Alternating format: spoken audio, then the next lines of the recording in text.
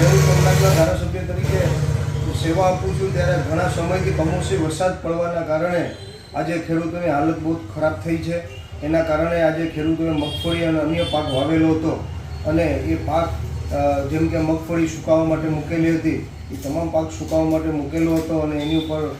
વરસાદ પડવાથી એ સંપૂર્ણ એમને આખી સિઝનનો પાક નિષ્ફળ ગયો છે અને ખૂબ મોટા પાયે નુકસાની ગઈ છે। એમ સાગર ખેડૂત પણ છેલ્લા ઘણા સમયથી કમોસમી વરસાદ પડવાના કારણે એ પોતે લાખો રૂપિયાનો ખર્ચો કરી અને બોટમાં ફિશિંગ માટે જતા હોય અને વરસાદના કારણે ફરીથી અડધેથી બોલાવી લેવામાં આવતા હોય એટલે તમે બરફ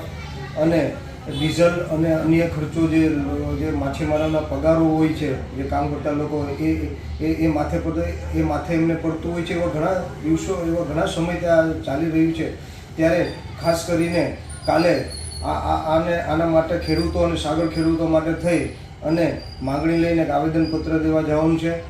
અને આવેદનપત્રમાં આપણી માગણી એ રહેશે કે જે ખેડૂતોને નુકસાન થયું છે એને 100% વળતર આપવામાં આવે, એમને જે ધિરાણ આ વર્ષનું લીધું છે એ સંપૂર્ણ માફ કરવામાં આવે અને પાક વીમો ફરીથી ચાલુ આવવામાં આવે અને ખાસ કરીને પેકેજ જાહેર કરવામાં આવે। એમ ખાસ કરીને સાગર ખેડૂતો માટે પણ ખાસ કરીને પેકેજ જાહેર કરવામાં આવે જેમને તે એમનું નુકસાનનું વળતર મળે અને બંને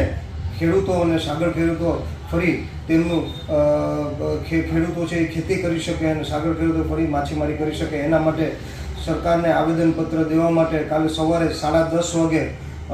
મારા કાર્યાલયથી આવેદનપત્ર દેવા પ્રાંત ઓફિસે જવાનું છે। એ આવેદન પ્રાંતના માધ્યમથી આપણે મુખ્યમંત્રીને આપવાનું છે જેથી પહેલી તકે વધારેમાં વધારે લોકોને આવવા માટે મારું ભાવભર્યું નિમંત્રણ છે।